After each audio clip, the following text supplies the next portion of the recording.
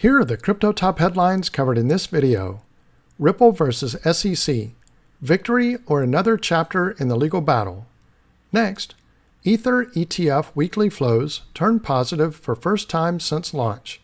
Also, Super PAC focuses on unseating Senator Warren, spends $850,000 on John Deaton. Welcome to Crypto Top Headlines, where there's no clickbait thumbnails or titles, and no speeches on my opinions, just bringing crypto's news to you. I would greatly appreciate it if you would click on the like and subscribe buttons, as well as the notification bell. It does help support the channel, so thank you in advance for doing so. Now, on to these headlines. Our first top headline, Ripple versus SEC. Victory or another chapter in the legal battle. Some lawyers question whether the latest court decision in the Ripple case should be regarded as a victory over the SEC. While Ripple celebrates the conclusion of its 4-year legal battle with the United States Securities and Exchange Commission, some lawyers have raised doubts about whether the recent court developments truly constitute a victory. Ripple, the company behind the XRP cryptocurrency and a currency exchange network, celebrated the end of its 4-year legal battle with the SEC on August 7th.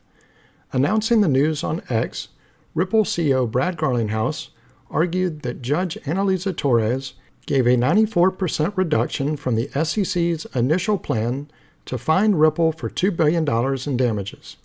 This is a victory for Ripple, the industry, and the rule of law. The SEC's headwinds against the whole of the XRP community are gone, the CEO wrote. The community quickly reacted to the news, with XRP surging 26% after Garlinghouse's announcement. While many lawyers have called the latest court decision a major win for Ripple, some hesitate to label it a complete victory. Others have even suggested that it might not mark the end of the legal battle. Ripple is a winner, but it doesn't feel like a win. While the court decision to reduce the SEC's remedies request from $2 billion to $125 million is definitely not a win for the SEC, it's still hard to say that there are any winners in the case, according to Philip Mostakis, a lawyer at Seward and Kissel and a former SEC counsel.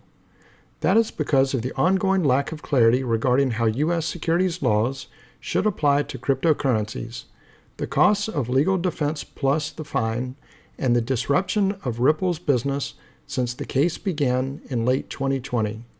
According to a report on the legal news service Law 360, Moustakis stated the following: Ripple is a winner, but I think in the grand scheme of things, if you have to be embroiled in litigation for years, have your asset, your token, be delisted from exchanges, at least for some period of time, fight with a regulator, pay a large fine, that doesn't feel like a win.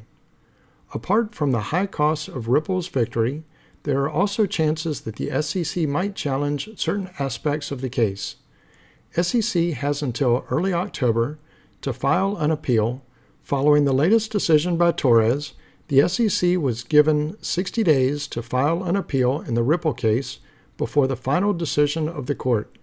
Today starts the 60 countdown to the deadline to file an appeal, XRP supporting lawyer Fred Rispoli wrote on X on August 7th.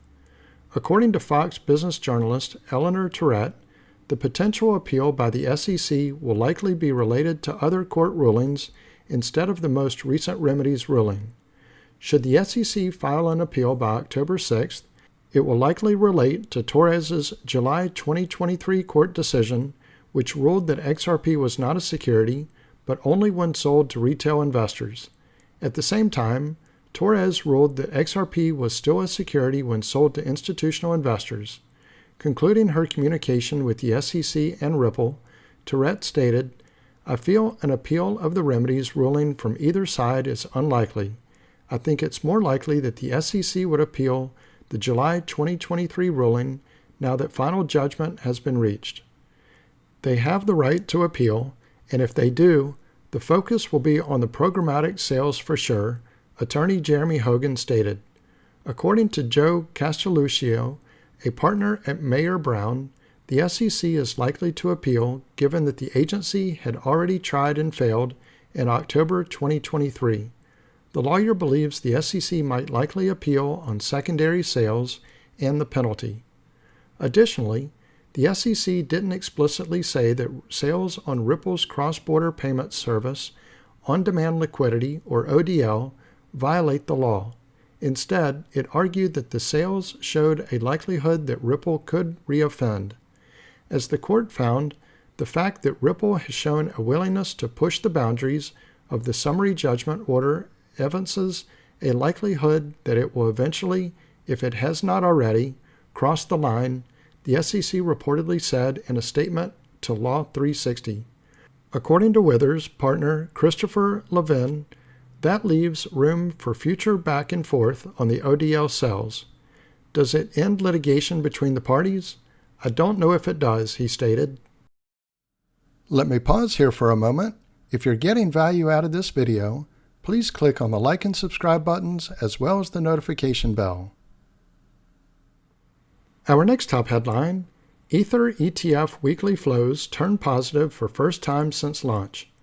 The newly launched 9 spot Ether ETFs had a positive overall net inflow of $105 million for the week beginning August 5th. Spot Ether exchange-traded funds in the United States have had their first week of positive net inflows since they launched on July 23rd.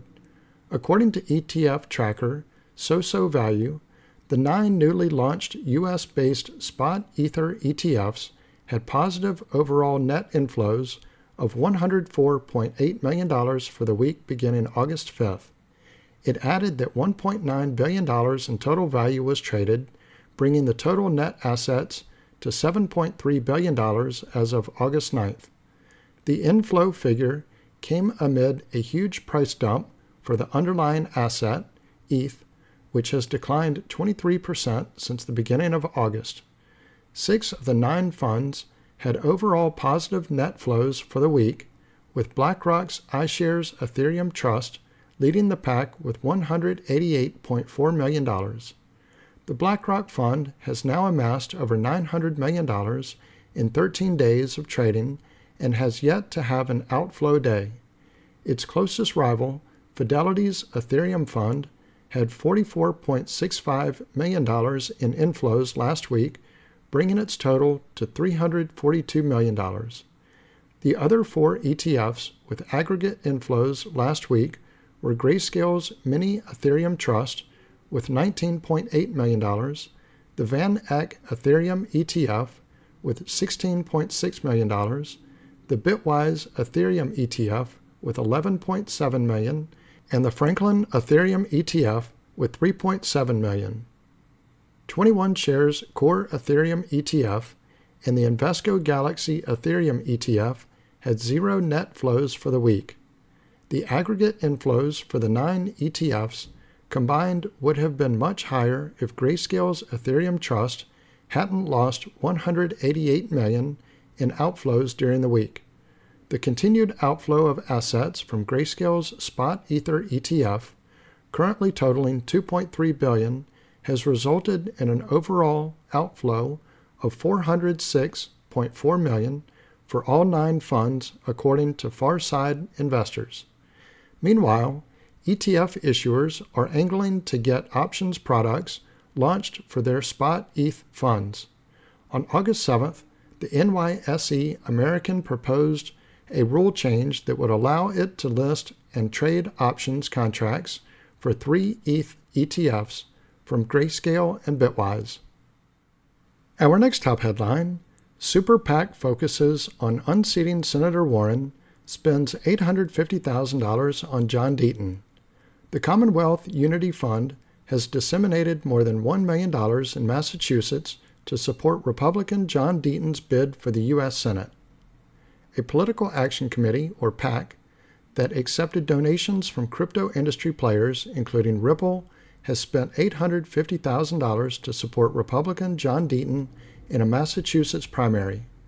According to records from the Federal Election Commission, or FEC, the Commonwealth Unity Fund Super PAC reported disseminating roughly $450,000 in a direct mail buy to support Deaton on August 7th, and more than $500,000 in a media buy on August 6th. The purchases followed the Super PAC spending more than $300,000 on a media placement in July. Deaton, one of 3 Republicans running to represent Massachusetts in the United States Senate starting in 2025, has the support of many in the crypto industry. In July, Ripple announced it would be donating $1 million to the Commonwealth Unity Fund to support Deaton in his battle to replace Democratic Senator Elizabeth Warren, who has served in the role since 2013. In April, Gemini co-founders Cameron and Tyler Winklevoss donated $6,600 directly to Deaton's campaign, the maximum amount allowed by an individual for both primary and election bids. The Winklevoss twins announced in July that they would be contributing $1 million combined to Deaton, but at the time of publication, it was unclear whether the funds would go directly to the Republicans' campaign or supportive PACs. Flush with cash. According to FEC records, as of July 31, Deaton had raised roughly $1.7 million in his bid for the U.S. Senate in 2024, with roughly $1 million in cash on hand.